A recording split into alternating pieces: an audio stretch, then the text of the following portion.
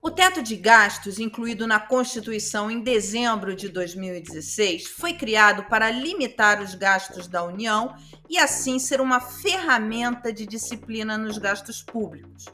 O teto levou os políticos a uma luta visceral por verbas públicas. Num governo fraco como o de Jair Bolsonaro, a ruptura do teto aconteceu mais cedo do que se imaginava, com a aprovação da PEC dos precatórios. Para 2022, ano eleitoral, os congressistas já garantiram 32 bilhões de reais em emendas parlamentares e 4,9 bilhões de reais para o fundo eleitoral. O governo não tem um planejamento estrutural para os recursos públicos e o dinheiro do meu, do seu, do nosso bolso, que é pago em imposto, é distribuído sem cerimônia por um presidente que precisa do Congresso para se manter no cargo e tentar a reeleição. Não há espaço no orçamento para investimentos e a economia não cresce sem investimentos. Sem crescimento econômico, a arrecadação de impostos não cresce. A qualidade de serviços públicos piora. Não cresce a geração de empregos e a pobreza aumenta. A minha conversa hoje é sobre o orçamento do governo federal para o próximo ano. E eu convidei quem mais entende deste assunto, Raul Veloso, um dos maiores especialistas em contas públicas no país. Professor, muito obrigada por vir mais uma vez conversar com a gente aqui no My News. E eu queria começar essa conversa perguntando se o teto dos gastos se mostrou uma armadilha num governo fraco. Com o teto de gastos e o governo capturado pelo Centrão, é possível fazer um planejamento estruturado para o país? Olha, muito difícil fazer, mesmo sem o teto de gastos. Por quê? Porque o grosso do orçamento é pagamentos de gastos obrigatórios. Isso se eleva a 93% do total da despesa.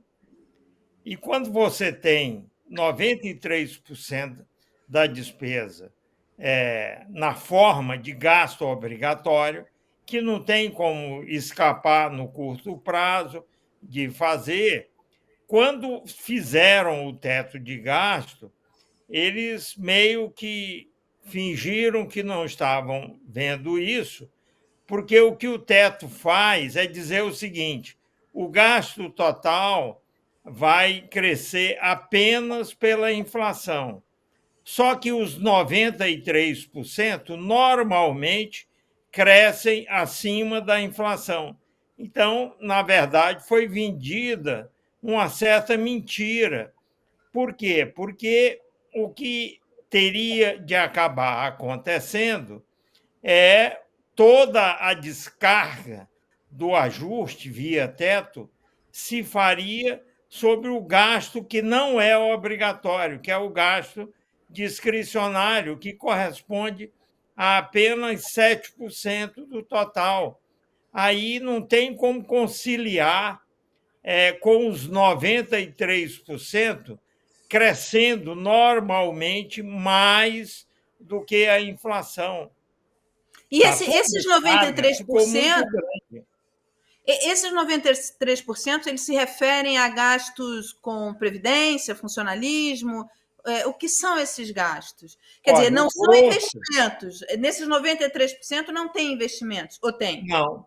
Basicamente, é pagamento direto a pessoas. Aí você tem um grande elemento de pagamento assistencial, que surgiu depois da Constituição de 88. O mais conhecido disso aí é o Bolsa Família, hoje em dia. São pagamentos assistenciais a pessoas. Depois vem Previdência e depois vem gasto com o pessoal em atividade. Ora, isto aí virou uma coisa muito difícil de mexer, a não ser com planejamento, com antecedência.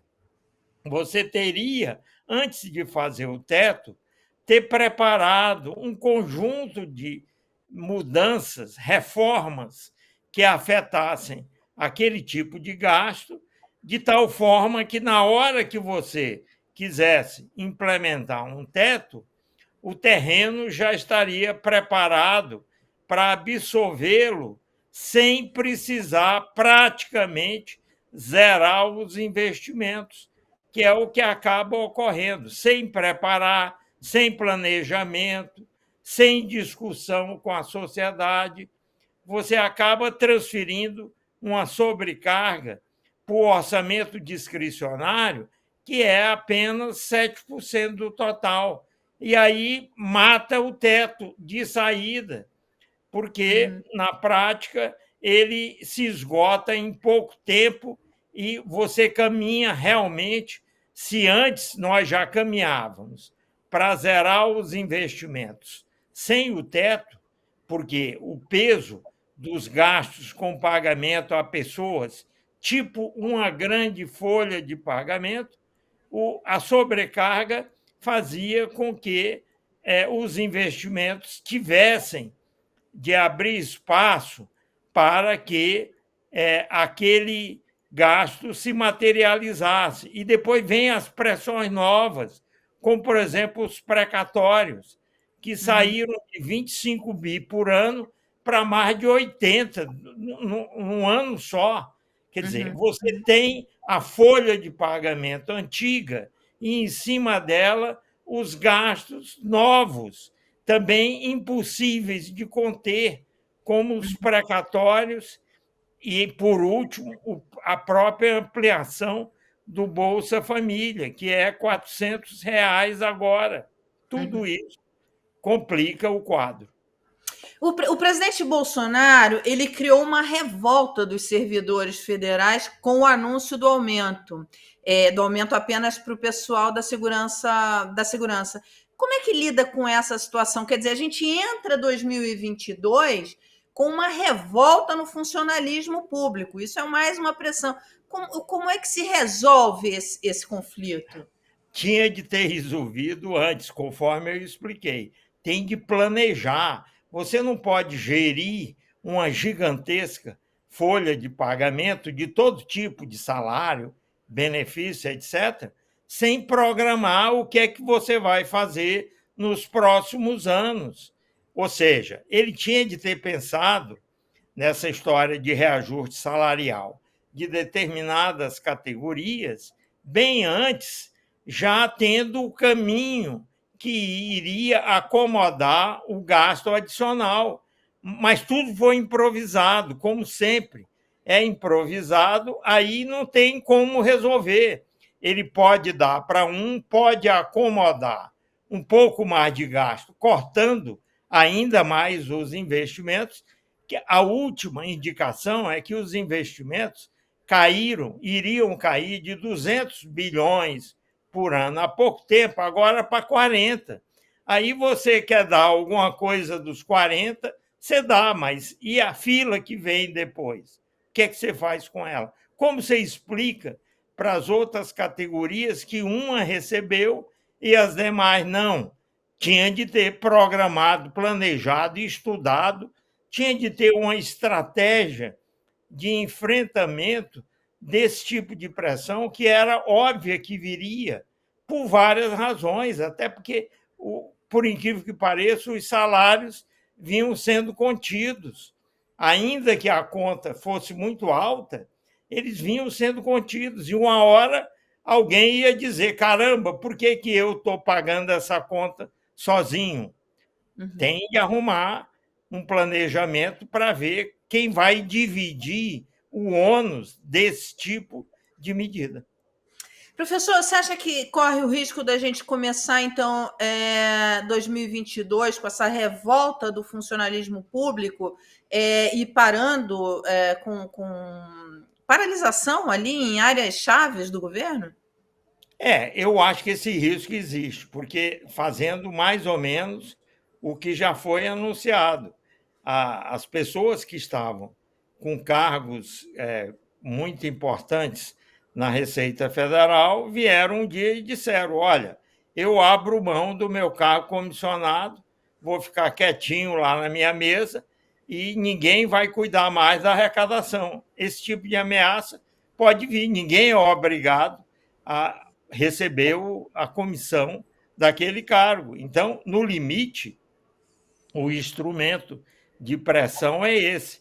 Mas tudo isso, deixa eu lhe dizer, muito por falta de planejamento, por falta de política de administrar gasto, que, na verdade, é uma gigantesca folha de pagamento, que ficou 93%, sendo que dos 93%, 75% é como se fosse uma gigantesca folha de pagamento.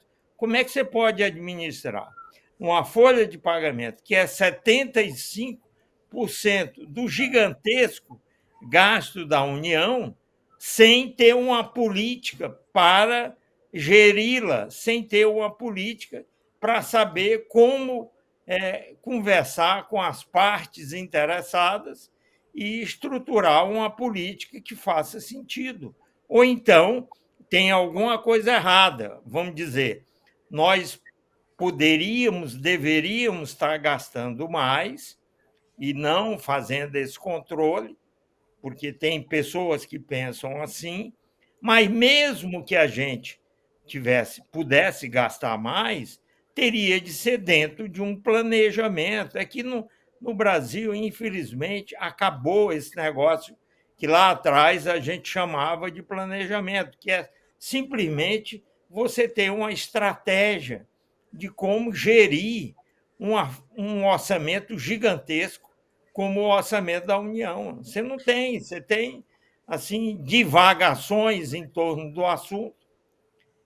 O ministro da Economia dizendo que virão investidores privados de fora para substituir o investimento público que não está acontecendo, e a gente olha os dados, o investimento privado, desde o início dos anos 80, em infraestrutura, que como você falou antes, é o que faz a economia crescer, é 1,1% do PIB e não sai daí.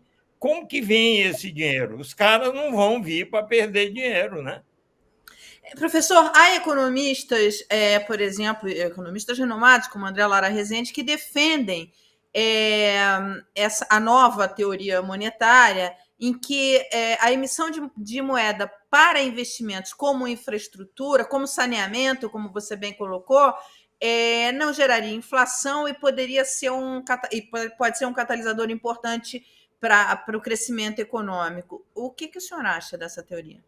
Eu acho que o André está certíssimo. É uma pena que poucos, como ele e eu, pensam assim. Mas veja você, nós estamos nos baseando há muitos anos, eu diria que quase há meio século, na teoria de que nós temos uma razão dívida-PIB que cresce muito, razão entre a dívida pública e o PIB, e que nós temos de conter a dívida para que a razão dívida-PIB não perca o controle. Pois bem, essa medida é errada. Descobriu-se há pouco, há um ano e pouco, os macroeconomistas famosos que atuam nos Estados Unidos, que nós estamos dividindo duas variáveis de dimensões diferentes. A dívida é um estoque e o PIB é um fluxo. Quando você divide dessa forma, você acaba inflando o que você quer medir e dizendo que ela é algo que é muito acima do que deveria ser. Se a gente medisse direito, estoque sobre estoque, que é algo diferente de dívida e PIB, é dívida e a soma, dividido pela soma dos PIBs futuros trazidos a valor presente, e não o PIB do ano passado. Aí os 50, quer dizer, uma montanha de razão dívida PIB que nós temos hoje pode ser dividida por 50. Ora, aí, em vez de um número gigantesco que a gente tem, ela cairia em algo da ordem de 50 vezes, se dividiria por 50. Ela seria algo próximo de 2% do PIB, e Mas, não os professor, números gigantes. o senhor bateu bastante na tecla da falta de planejamento, o quanto isso é ruim. Um governo sem falta de planejamento, ter acesso a essa emissão de moeda não pode ser um risco, porque eu entendo que esses recursos indo para investimentos, principalmente investimentos tão necessários como saneamento, ele gera ele é um catalisador de um ciclo muito positivo. Mas e se for usado, por exemplo, como as emendas parlamentares, que vão desvirtuando, por exemplo, o uso desses recursos? Isso não é um risco? Isso não exigiria um comprometimento de se ter um governo muito que tenha um planejamento estrutural? Isso, aí nós temos de nos organizar para isso. Você tem toda a razão. Uma coisa é a gente falar que precisa mudar, outra coisa é como fazer para mudar do jeito certo. Você imagina entregar para essa turma que hoje fica beliscando nas migalhas do que sobra da discussão orçamentária, em que as pessoas gastam. Por exemplo, o caso da Codevasf, que é um caso que foi mencionado pela entrevista na última revista Piauí. Você tem lá um ente público federal que é usado pelos políticos da região para fazer gastos que são claramente não estão sincronizados em nenhuma política com objetivos reais para resolver problema do país. É para distribuir dinheiro, verba, coisas para as pessoas. Isso não pode acontecer. Nós temos de Professor, reconstruir isso. essa matéria que o senhor citou, ela é impressionante, porque essa distribuição e esse desvio de função da Codevasf, que era para promover o desenvolvimento da região, e passa a ser de forma transparente, nem precisa ser escondida.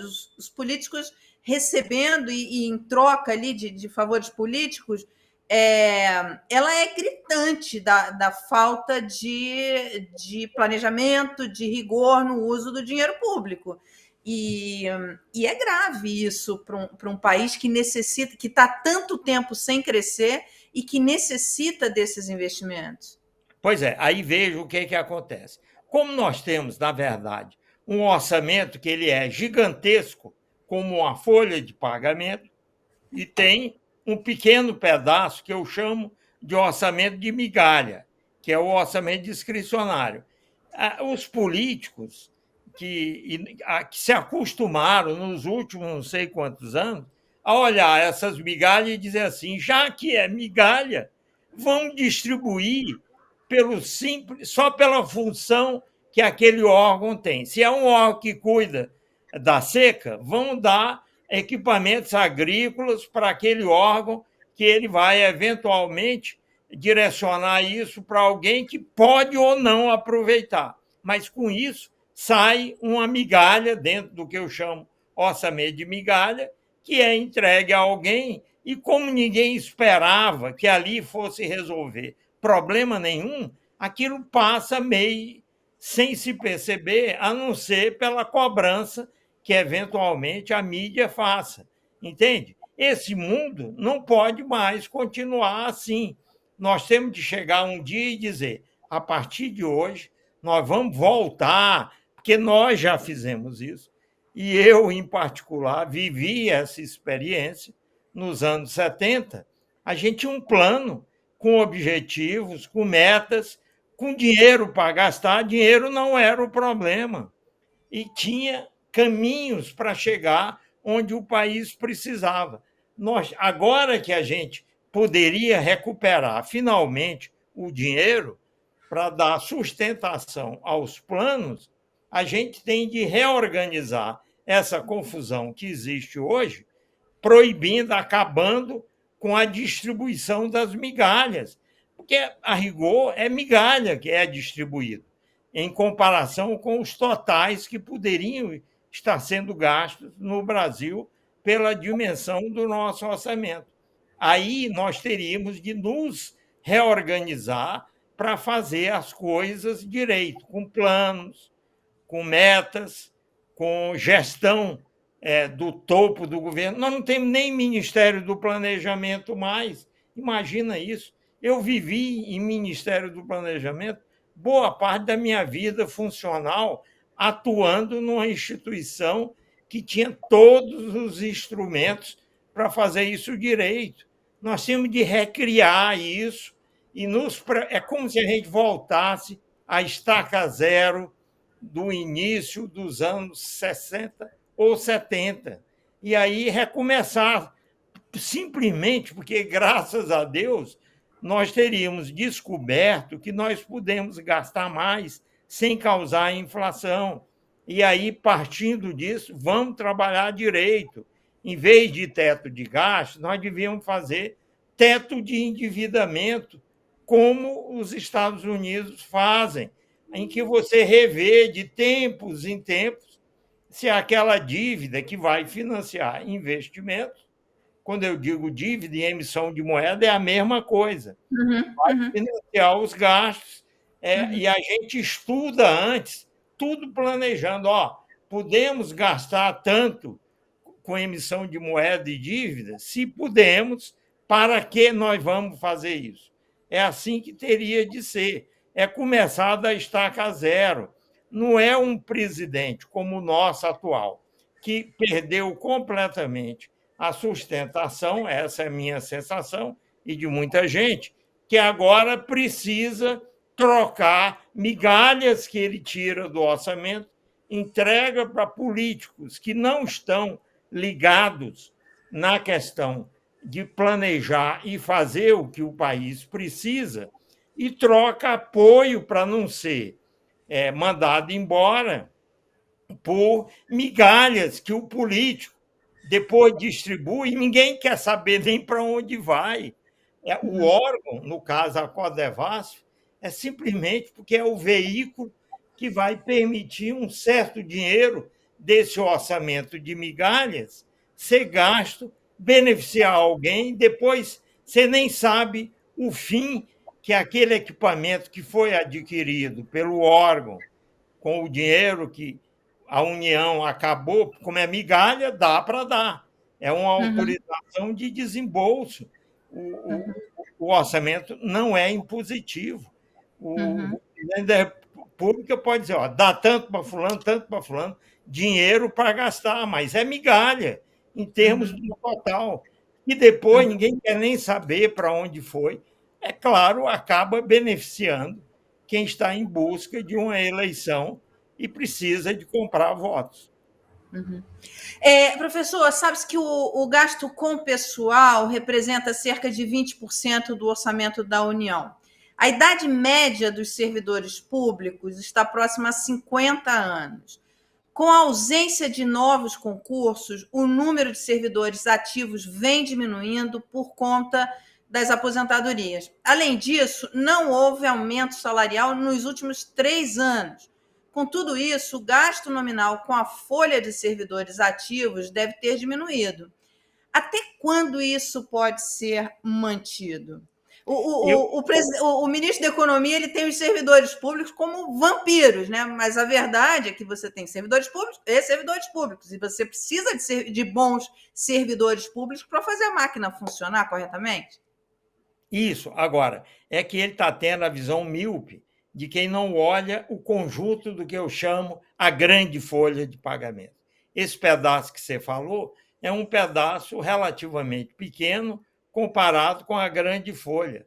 A grande folha representa 75% do gasto.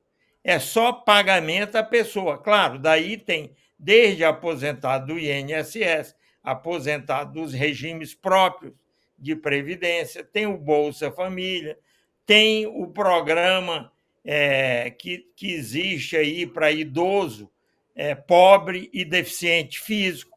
Tudo isso é parte de uma folha de pagamento que pode ter ou não contraprestação de um serviço à União. A parte da contraprestação, que é a que você falou, é 20%, mas o total é 75%.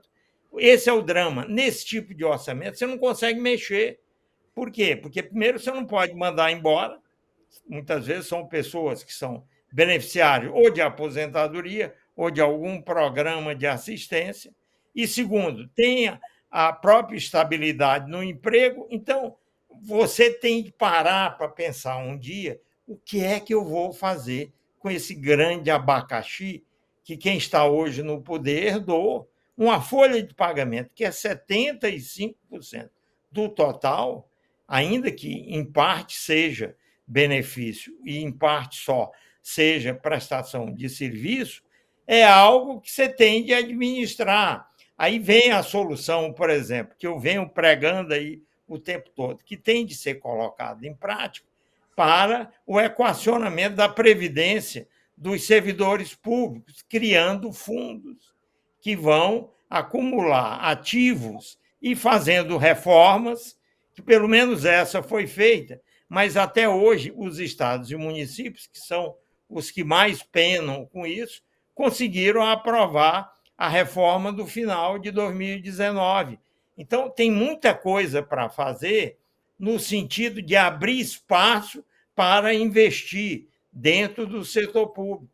E isso ninguém faz praticamente nada, a não ser sonhos de reforma tributária, sonhos do ingresso de investimento privado que venha de fora e vários outros sonhos que até agora, privatização, que até agora não deram em nada. E tem coisas que um governo realmente organizado para funcionar poderia fazer e não faz. E por isso nada acontece e a gente fica penando com o crescimento da economia cada vez mais medíocre, porque nós não estamos investindo. O investimento, há poucos anos, era 200 bilhões de reais na União e já era pouco, já tinha caído muito. Este ano, eles estimam, por conta desse aperto todo, ele pode, no máximo, ser 50 bilhões. Imagina, 50 bilhões como partida nisso é nada. O país está indo para o atraso e está se amarrando à toa. Ele podia usar o dinheiro que nós conseguiríamos com emissão monetária mais endividamento e financiar um programa bem feito de gasto e ter outro país aqui dentro. E ninguém quer fazer, ninguém quer saber disso. O senhor falou dos estados, né? A receita de estados aumentou com a subida do preço dos combustíveis e de energia elétrica, de modo geral. Como é que se avalia a situação dos estados, a situação orçamentária dos estados? Ela está melhor do que a União? Quem são os melhores estados nesse aspecto? Pois é, aí é até difícil a gente achar os melhores, porque aí eu vou acabar caindo para os bem pequenos e aí não tem graça. Os maiores estados estão numa tremenda dificuldade há muito tempo. Você pode ter tido uma recuperação de receita temporária, num ano atípico como esse, e alguns meses, mas isso não quer dizer nada. Eu estou dizendo para você porque eu tenho acompanhado isso de perto e estou cuidando de um caso para arrumar do jeito certo, como aquilo que eu falei há pouco, que é meu estado natal, que é o estado do Piauí. E, ao organizar o Piauí, nós vamos sair de uma situação em que os investimentos seriam zerados. A pergunta é essa: em quanto tempo o investimento naquele estado, ou em qualquer estado, será zerado? Ou seja, não vai ter dinheiro nenhum para investir em infraestrutura, que é a mesma coisa da União. A diferença é que os estados não têm como emitir moeda nem se endividar.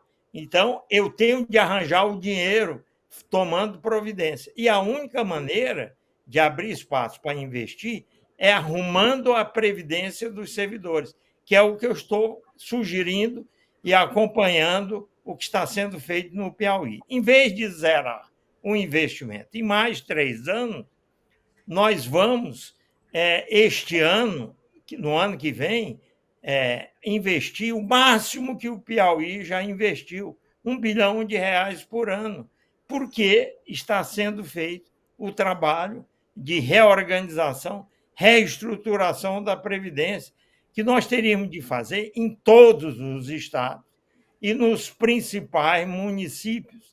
E não estamos fazendo, porque só isso impediria, que os investimentos virassem pó, zerassem em poucos anos. Sabe em quanto tempo o Estado de São Paulo vai zerar os seus investimentos? Na época do Serra, São Paulo, a preço de hoje, investia 30 bilhões por ano. Há um ano, passou a investir 10, perdeu, passou para 1/3 a preços constantes. Em mais 2 ou 3 anos, zera, se não for feito nada lá para arrumar a Previdência. Não terá receita capaz de resolver esse problema. Nós tem um passo a passo, tem um menu de providências que hoje um grupo grande de pessoas já conhece e poderia executar, do mesmo jeito que eu estou fazendo no Piauí, e abrir espaço para um volume imenso de investimento que poderiam acontecer e fazer a diferença. Vou lhe dar um outro dado que ninguém sabe, que é muito importante. Sabe quanto os fundos de previdência que já existem no âmbito estadual e municipal têm aplicados de recursos obtidos por esse caminho para os que fizeram alguma coisa? 200 bilhões de reais. Esse dinheiro poderia estar sendo investido, está sendo aplicado em títulos federais. Dorme Esses com são recursos de fundos de previdência complementar dos funcionários, dos servidores públicos? Não é complementar, é previdência raiz, previdência mesmo. O complementar ainda não está começando. No regime próprio, então, são fundos dos regimes próprios de previdência. 200 bilhões aplicados em títulos federais, rendendo Selic, que até há pouco rendia o quê? 2%, 3% ao ano. E eles precisando de retorno para equacionar suas previdências. E esse recurso, como eles estão despreparados, não há mentalidade para fazer isso, o dinheiro está sendo aplicado em títulos públicos e poderiam estar sendo casados com recursos privados, em parcerias, em concessões, fazendo aí investimentos vultosos em infraestrutura e tirando o país do buraco. Não, está todo mundo caminhando para zerar o investimento em poucos anos. É mole isso?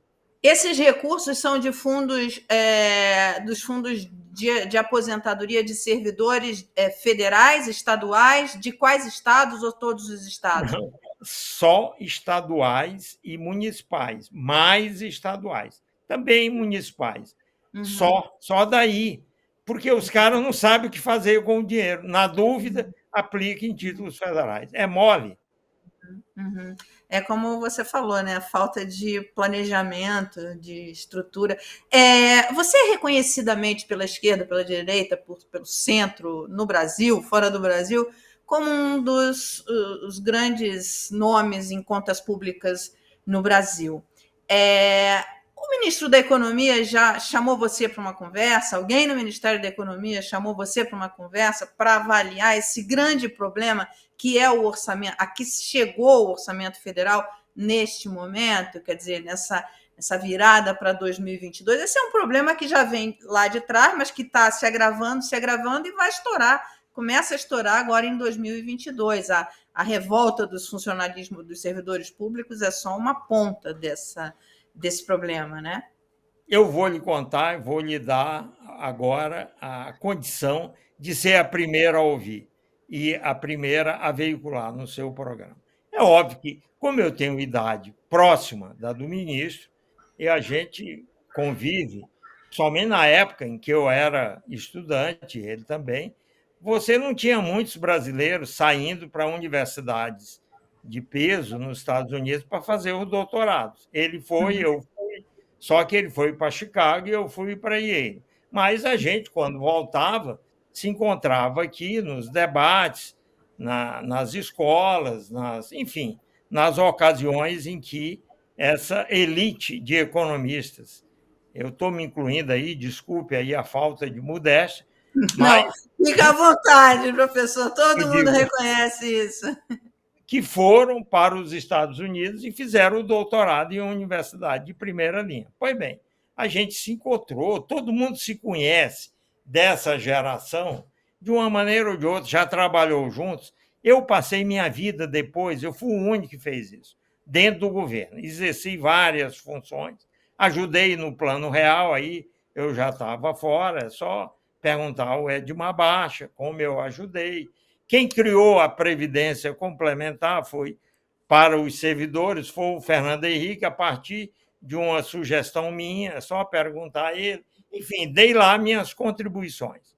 Então, vivi lá, eu era o economista que defendia o Brasil junto ao FMI, então eu vivi na época de taxa de juros internacional acima de 20%, e a gente aqui sem um tostão de reserva, e eu vejo hoje como é bom ter 400 bilhões de dólares, quase, de reserva, e não ter dívida externa em dólar. Na minha época de governo, era penúria total. Passei por tudo isso. Então, é natural que as pessoas, quando assumem essas funções, conversem comigo, antes, óbvio. E no caso do Paulo, porque a gente conviveu muito naquela época, era mais do que natural. Ele é um caso até não muito comum do sujeito que já tem mais de 70 anos e é chamado pela primeira vez para exercer uma função desse tipo. Você sabe que ele nunca foi nada em governo. Normalmente a pessoa tem uma carreira, uma história, né? Ele não. Pois bem, mas ele me chamou, estou contando tudo isso, para dizer o seguinte: muito simpático, ele ouvia todo mundo, discutimos durante 4 dias antes dele tomar posse. Isso foi em dezembro de 2019. Ele tomou posse, ou não, dezembro, eu acho que 2018. Foi pouco, ele tomou posse em janeiro, né? E eu falei, ele conversou com muita gente em dezembro. Aí, tipo, conversa amistosa, a gente discutiu muito. Aí, no último dia, nós vimos que nós tínhamos uma diferença intransponível, porque ele queria que eu o ajudasse em alguma função, apesar que ali eu já estava fora de atuar no setor público há muito tempo. Aí nós verificamos que nós tínhamos uma divergência muito grande, que dificilmente permitiria a gente funcionar. Por que eu estou dizendo isso? Para você ver como dificilmente essa história de ouvir o que é que você acha depois ocorreria mais, quando você tem uma diferença fundamental.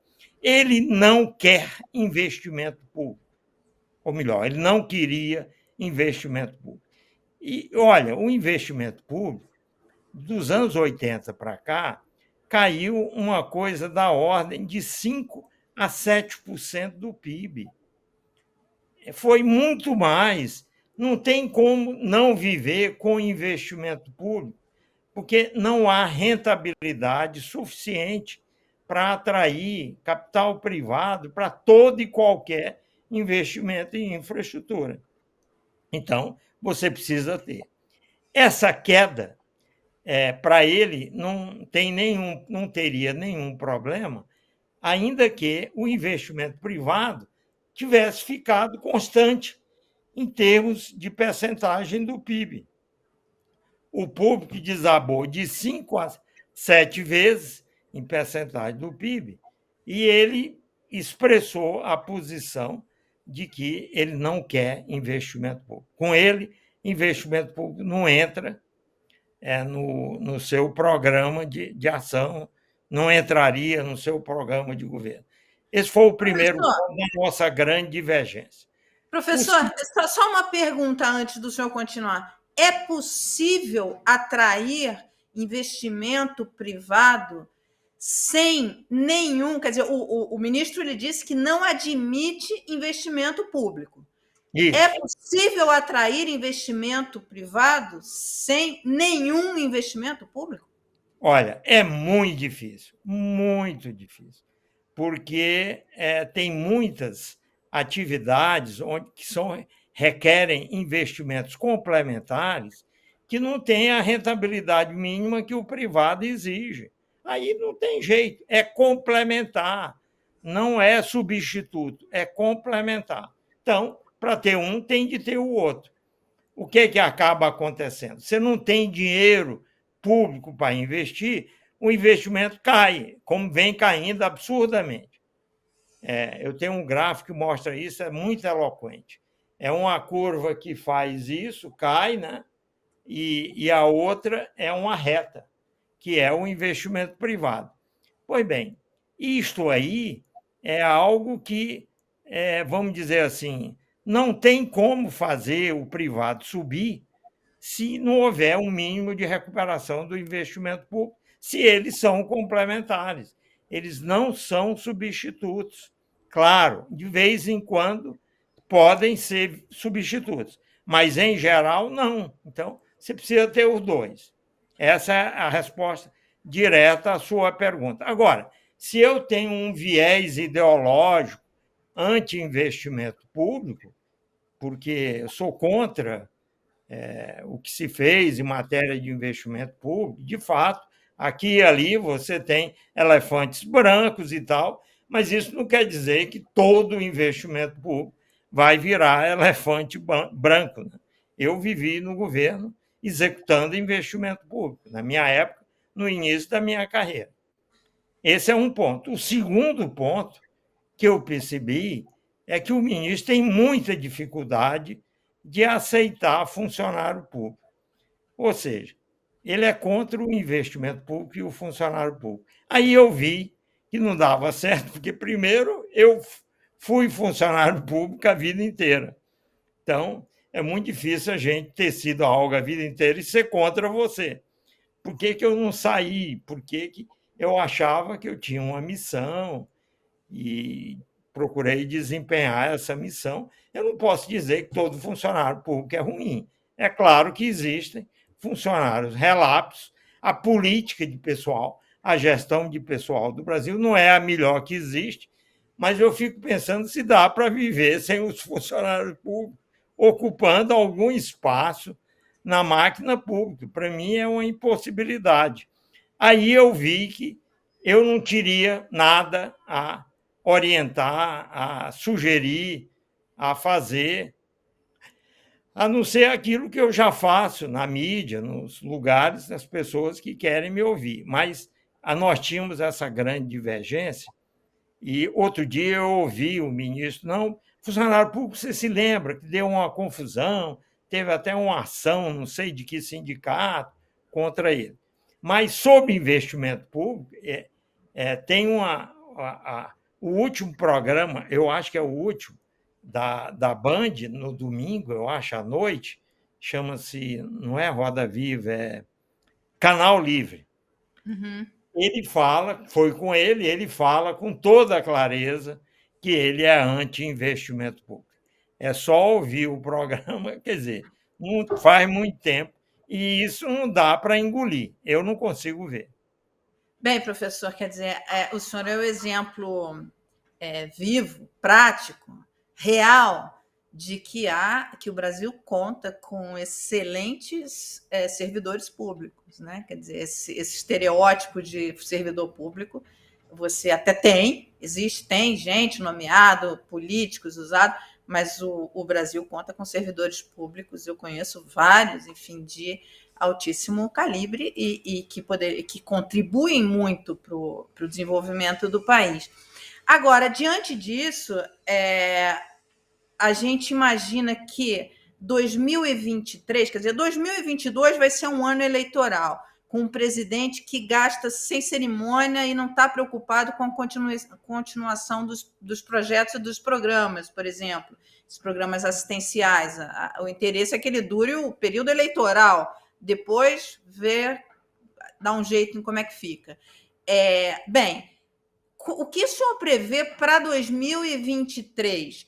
para o próximo presidente, se houver uma reeleição do presidente Bolsonaro, ou se não houver reeleição, vindo um novo nome, no caso, enfim, é difícil falar, mas as pesquisas apontam o ex-presidente Lula, enfim, qual é o desafio do próximo presidente para conseguir atrair investimentos, para conseguir fazer esse país investir? Porque a solução para a inflação, para a geração de empregos, para combate à pobreza, é crescimento econômico, não? É sim. Eu acho que nós já vencemos essa dúvida, essa grande dúvida. Não quer dizer que todo mundo pense assim, mas é só pegar. A pena que eu não gravei a data, tem um artigo do André Lara Rezende no jornal Valor, que deve ter mais ou menos um ano e pouco atrás, em que ele comentou sobre um seminário de luminares macroeconomistas nos Estados Unidos. Tinham sido presidente do Banco Central, tinha ex-ministro da Fazenda, ex-chefe da assessoria, em que houve um meia-culpa generalizado de chegarem e dizer: nós temos de investir no setor público e vamos financiar esse investimento com endividamento público. É só fazer a coisa direito. Eu não consigo ver o mundo recuar mais dessa percepção que colocou por terra, a meu ver, toda uma visão que foi transmitida e que depois virou a voz corrente aqui no Brasil. Eu acho que nós vamos demorar um pouco mais a mudar essa forma, o modelo que está aí. O esgotamento do modelo que restou vai ajudar também isso. Por quê? Porque, já que você falou do teto, o teto praticamente morreu. Ele se esgotou. Não tem como você prosseguir fazendo uma gestão macroeconômica de gasto público baseada em que o gasto total de um orçamento tão engessado como o nosso vai crescer pela inflação do ano anterior. Isso aí não existe mais. Uma substituição do teto virá. Eu acho que a natural é o teto de dívida, que faz mais sentido e tem até de administrar esse novo limite. Agora, eu penso assim, essas coisas todas que estão acontecendo vão nos empurrar naturalmente para esse tipo de solução. É claro que existem os radicais do outro lado, que provavelmente vão continuar insistindo nas teses antigas e tentar fazer com que nada mude. Mas eu penso que, dependendo do governo, quem vier, quem assumir, eu fico pensando se o Lula e que um CERC vai seguir nessa política, vamos dizer, ultrapassada e esgotada que vinha tendo por aí. Não consigo ver. Esse eu consigo enxergar com mais clareza. Não quero dizer que eu sou a favor deste ou daquele. Eu acho que qualquer um que sentar no próximo governo, a campanha eleitoral é uma coisa, eu não sei o que é que vão falar, porque é uma outra dinâmica, mas quem sentar e assumir vai chegar e encontrar uma situação em que tem muita gente, que nem eu, que nem o André, já falando desse tipo de coisa que nós conversamos aqui. Como é que o sujeito vai começar um governo e já entrar com um programa derrotado, sem ação governamental planejada nenhuma? Eu não consigo ver isso acontecer. Eu sou otimista, porque eu acho que isto vai mudar forçosamente, e esse caminho do equacionamento da Previdência já começou. Existe um passo a passo para fazê-lo, e ele é só o começo desse processo de mudança de como a gente gerir esses assuntos e não ficar nessa política que ninguém sabe direito por que defende e fica defendendo. Eu vejo pelos debates que eu participo aí nas televisões, no YouTube, que nem em programas como o seu, em que a pessoa que senta do meu lado não tem uma resposta para as perguntas. Como é que vai ser? Não, mas tem de ter o combate à inflação, e o combate à inflação exige o controle da dívida pública. Aí eu pergunto, por quê? Me explica por quê. E se é assim, se não é assado, se fizer assim, se não fizer assado, como é que vai ser? Pessoas acabam não tendo uma resposta. Eu acho que esse tipo de situação vai naturalmente levar à mudança. O ideal seria que a mudança viesse logo durante a campanha, que houvesse um debate sobre isso. Se não for durante a campanha, eu acho que quem assumir, quem quer que seja, o próprio Bolsonaro, eu não consigo ver ele trazer o Paulo Guedes de volta com a mesma política que foi seguida até agora. Ele não parece ser, você pode dizer tudo dele, menos que ele não perceba o mínimo disso que nós estamos falando. Então, quem é que seria o candidato que tenha peso e que possa ganhar, que faria uma rota do tipo que não vai dar mais para se manter?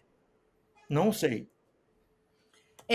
A gente já está estourando o tempo, só para a gente terminar, eu queria fazer duas perguntas. A primeira é sobre a reforma da Previdência, como você falou da Previdência.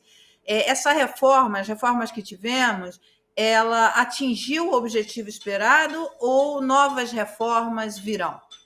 Eu acho que, em grande medida, sim. Dá para viver com ela, esse passo a passo que eu falei. A União já aplicou no seu lado tudo que foi aprovado. Já os estados e municípios, as pessoas que tocaram essa reforma, não conseguiram, infelizmente, aprovar no Congresso que ela valesse automaticamente para cada estado ou município. Eles estão tendo de reaprovar em cada local, e isso vem acontecendo.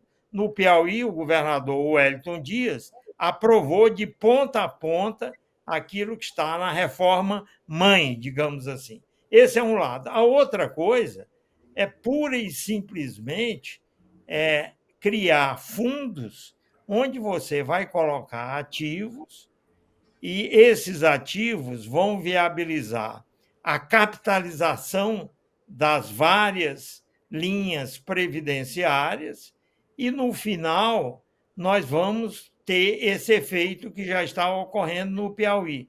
Em vez dos investimentos zerarem, eles vão começar a ter recursos para chegarem ao maior valor que já tiveram recentemente.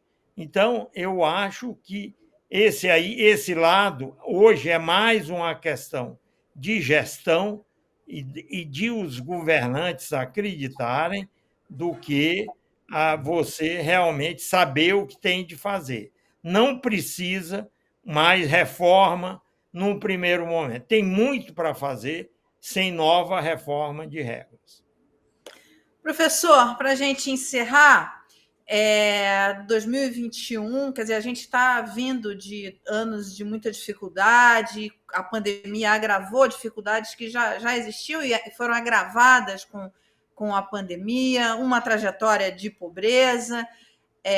Fala alguma coisa boa para a gente começar 2022, no que a gente pode ter esperança de que no 2022 vai ser bom? Olha, é aquilo que eu falei para você há pouco e vou, de certa forma, repetir. Nós sabemos o que tem de ser feito. Basta que as pessoas que assumam as funções percebam que, se elas não fizerem algo diferente, dificilmente elas deixarão de ser atropeladas pelos fatos, porque o emprego precisa subir, a economia precisa crescer, e, se não mudar essas coisas que nós estávamos discutindo aqui, vai dar esse tipo de efeito que eu estava dizendo. Sabe-se o que tem de fazer, nós estamos preparados para isso, é questão de vontade política de enfrentar e fazer. Eu sou muito otimista nesse sentido. Não é falta do que saber o que fazer, é começar e realmente tirar da cabeça que o modelo anterior tem alguma chance de sobreviver, não terá mais. E aí, e no mais, eu acho que a coisa da pandemia é outro exemplo muito bom da força que o Brasil tem, porque você vê hoje, com todo o problema que foi criado aqui, negacionismo, etc., eu me lembro do Paulo Guedes indo pela primeira vez à Câmara, dizendo que com 3 a 5 bilhões ele aniquilaria, essa foi a palavra, o verbo, ele aniquilaria a pandemia. Depois nós acabamos gastando 700 bilhões em vez de 3 a 5. Isso mostra que existe uma força na direção de fazer o que precisa ser feito, numa situação tão grave como essa, contra tudo e contra todos, nós temos uma situação em matéria de vacinação que eu diria inacreditável há alguns meses atrás. Ou seja, a gente, como o senhor falou, a gente sabe o que fazer, a gente tem profissionais capazes de fazer, quer dizer, o serviço público tem profissionais capazes de fazer, sabe-se o que fazer. Falta só agora escolher a pessoa certa, né, professor? Então, isso tá na aí, mão do eleitor. ver, né? É isso aí, está na mão do eleitor escolher a pessoa certa para a gente mudar essa trajetória. Meu Muito obrigada. sentimento é puro sentimento, por tudo que eu vi a vida inteira de reação da sociedade brasileira, das elites brasileiras, das pessoas em geral, a gente acaba chegando lá. E eu diria que, bastante confiança de que eu vou ver isso acontecendo em pouco tempo, em 1 a 2 anos. Muito obrigada, professor. É sempre muito bom recebê-lo aqui, é sempre uma aula, é ótima essa conversa. Muito obrigada por ter vindo Ok, aqui. disponha sempre. Prazer é meu. Você que ficou com a gente aqui até agora, viu, né? A sua responsabilidade ano que vem de escolher as pessoas certas, porque tem jeito, a gente sabe como fazer, o país tem gente capaz. E olha, 2022, se você escolher a pessoa certa, a gente sai dessa trajetória que entramos. Muito obrigada pela companhia, um ótimo ano para todos nós. Até a próxima.